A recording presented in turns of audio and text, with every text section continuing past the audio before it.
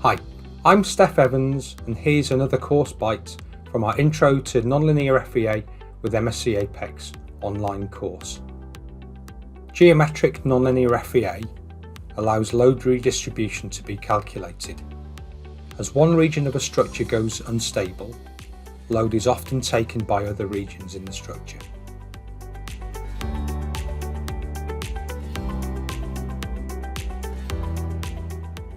If you're looking at assemblies with multiple parts, then the proportion of load taken by each part can change as load is applied.